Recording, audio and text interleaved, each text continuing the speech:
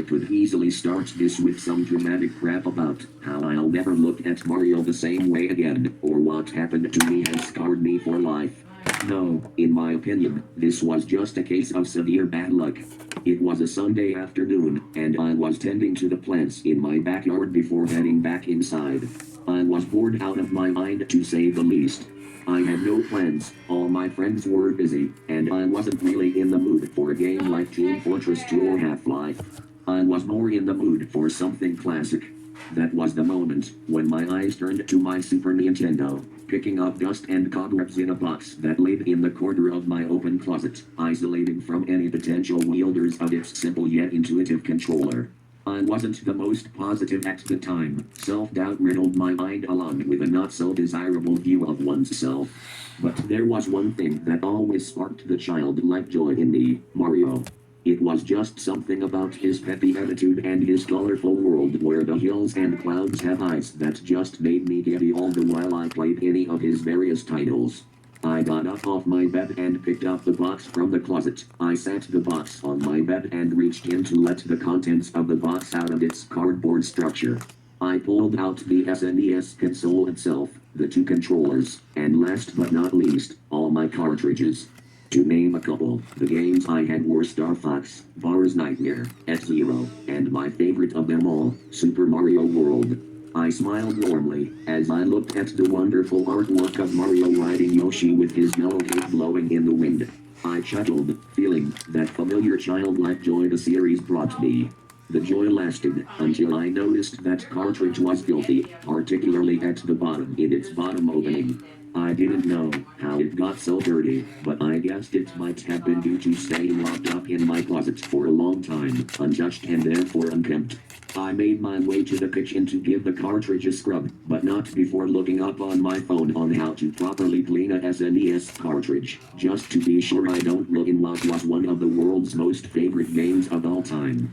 After taking a look at the cleaning procedures, I got to work. I took a look inside the cartridge and saw the gold contacts were covered in a sticky black substance, seemingly oil. Oil? I thought, how the hell did oil get into the cartridge?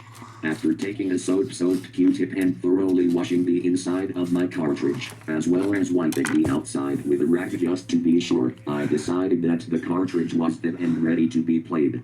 I headed back up to my room and hooked up my SNES to my TV, and gently inserted the cartridge into the system, not wanting to break anything inside the cartridge of console.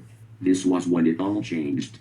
When the Nintendo Presents screen popped up, the coin sound effect was severely pitched down and slow, the logo was slanted to the left a bit, and the screen certainly lasted a lot longer than it should have. I tried pressing buttons on the controller in confusion, but nothing happened. Until a loud beep came out of my TV speakers along with the image distorting before cutting to black, making me jump in surprise. Soon the title screen appeared along with some major differences.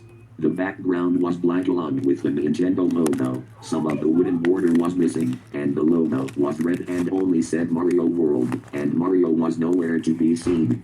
In a hurry to get off this weird screen, I kept hitting the start button, only for nothing to happen. Suddenly the music began changing. It went down in pitch, until it became extremely loud, and the logo and wooden border tilted, along with the colors becoming heavily saturated and distorted. As I covered my ears, I noticed that the game finally started, thank God. As the intro music began to play and the message box appeared, everything became warped, and the message box contained nothing but distorted letters. It was all something that should have been impossible on the 16-bit hardware. It almost looked like a painting. Not only that, but the music became loud as well, almost as if you raised it to max volume and bass boosted it. Before the screen cut to black, I noticed that it changed again. Everything was a silhouette, the background turned red and the message box only said no hope over and over. The world map finally appeared, except there was no music, no level name, and no Mario running in the top left corner. I also started on the Yoshi's Island 2 level instead of Yoshi's Island 1. Unable to move, I pressed A. The level was majorly different, the background was from New Super Mario Bros., and the level was flat with no obstacles at all. I held the Y button and moved right, running along the flat plains. Over time, the background suddenly became less saturated and the music went down in pitch. Then the background was fully black and white, and the music was pitched down more. Soon everything became much worse. The background became inverted and wavy, and the music was an unrecognizable mess, and suddenly the music became loud once more. I saw that on the left was a shadow slowly coming towards me. I tried to outrun it, but it was too fast. Soon Mario was consumed by the shadow until the world map appeared again. This time there was a shadow starting to creep in around Mario, and there was a level name now. It was hard to read due to some gibberish hiding it, but I managed to make out. Lose your hope now. With a deep breath, I started the level again. Much like the intro screen in the split second before it took me to the world map, everything was a silhouette with a red background. The music this time was a slow mess of chiptune notes, certainly not a tune I could recognize at all. I tried to jump, but it was like there was a ceiling directly above Mario, as I could not jump at all. I couldn't move either. Suddenly Mario disappeared for a second before reappearing, walking forward on his own with no influence from my controller inputs. After some time of just Mario walking, he came across something that caused him to stop. It seemed to be Yoshi, impaled on a spike. I was a bit disturbed, even if these were just 16-bit sprites. The fact that something caused my Mario World cartridge to contain a completely different game sent chills down my spine.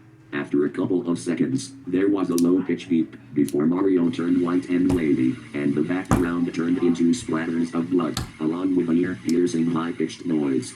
The screen turned to black and some text flashed. From what I could make out in that short time I read, "You could not save him." Was Mario trying to save Yoshi?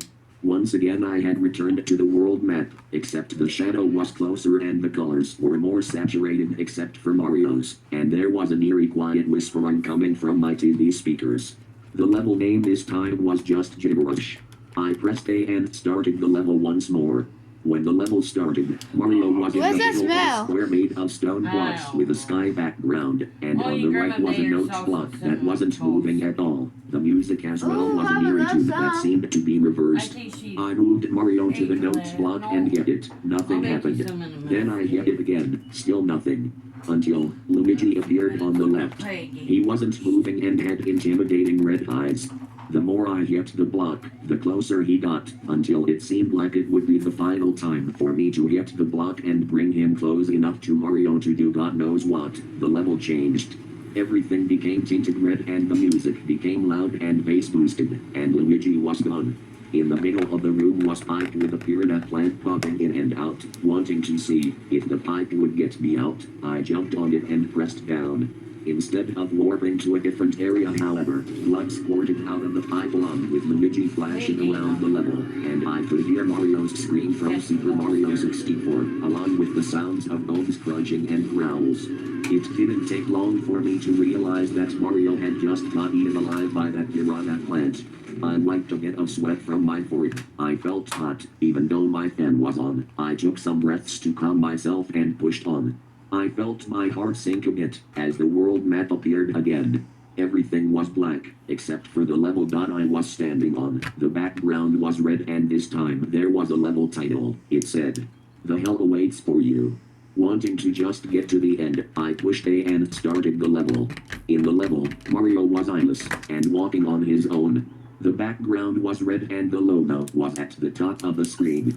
There was a low-quality piano melody playing, which made me a bit more unnerved. As Mario walked, he passed the corpses of Bowser Jr., and then himself, all impaled. Mario stood there and looked at himself, almost as if he was just looking at his reflection in the mirror. I noticed that Luigi would appear for a second behind Mario before disappearing again. Something told me that Luigi had something to do with this, if only I could know what. The screen cut to black and I returned to the title screen. This time Mario was there, walking through the demo level. I looked in confusion. Was it over? Not wanting to deal with any more of it, I turned off the console and took out the cartridge. I threw it in the garbage bin next to my desk and went out for a walk, needing to relax. I might never know what happened, whether or not it was some spirit or my game changing by itself is beyond me. Then again, I don't really care at this point. I wanna put it behind me and move on. I know one thing though, I'm getting a new cartridge.